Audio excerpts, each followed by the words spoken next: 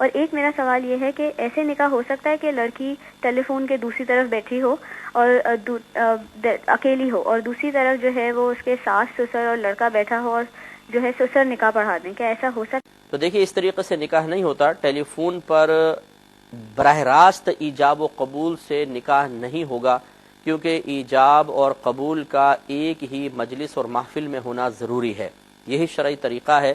ہاں یہ ہو سکتا ہے کہ جیسے لڑکی فون پر اس لڑکے کے پاس موجود کسی شخص کو اپنے نکاح کا وکیل بنا دے، مثلا یہ کہہ دے کہ میں آپ کو اجازت دیتی ہوں کہ آپ میرا نکاح اس لڑکے کے ساتھ اتنے حق مہر کے عوض میں کر دیجئے. یہ اجازت ہو گئی. اب اس بچی کا وکیل اس محفل میں جہاں لڑکا بھی بیٹھا ہے، گواہ بھی بیٹھے ہیں، اس لڑکے کے سامنے کہے گا کہ میں اپنی موکلہ، یعنی بچی کا نام لے گا، موکلہ فلانہ بنت فلاں کا نکاح آپ کے ساتھ اتنے حق مہر کے عوض میں کرتا ہوں، آپ نے قبول کیا؟ لڑکا جواب میں کہہ دے قبول کیا. تو ابھی جو وکیل لڑکی کی طرف سے الفاظ کہہ رہا ہے یہ ہے ایجاب، اور جواب میں لڑکے کا اس کو قبول کرنا یہ قبول ہے. اور یہ ایجاب و قبول چونکہ ایک مجلس اور ایک محفل میں ہوا تو یہ نکاح منعقد ہو جائے گا، لیکن فون والا نکاح نہیں ہوتا. چوتھا انہوں نے کویشچن کیا کہ اگر لڑکی کے والد آ کر یہ کہیں کہ، یا کوئی بھی کہے بھی آپ اپنے والد صاحب کو اجازت دے دیں کہ یہ آپ کا نکاح فلاں بن فلاں کے ساتھ پڑھا دیں، تو کیا اس طرح نکاح ہو جاتا ہے؟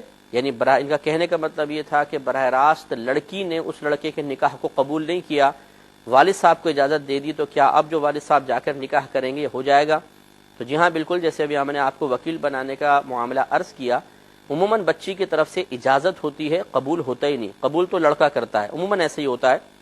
ویسے تو الٹا بھی ہو سکتا ہے کہ لڑکا اجازت دے اور لڑکی قبول کرے، لیکن ہمارے ہاں جو ایک رسم قائم ہے وہ یہی ہے کہ پہلے بچی سے اجازت لے لی جاتی ہے کہ کیا آپ اجازت دیتی ہیں کہ ہم آپ کا نکاح فلاں بن فلاں سے اتنے حق مہر کے عوض میں کر دیں؟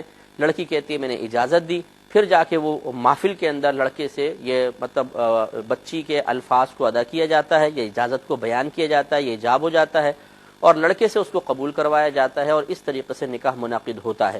لہٰذا اگر والد صاحب کو اجازت دی تھی تو یہ وکیل بنانا ہوا، پھر والد صاحب نے محفل نکاح میں جا کے لڑکے سے قبول کروایا تو یہ قبول ہو گیا، نکاح بالکل درست رہا.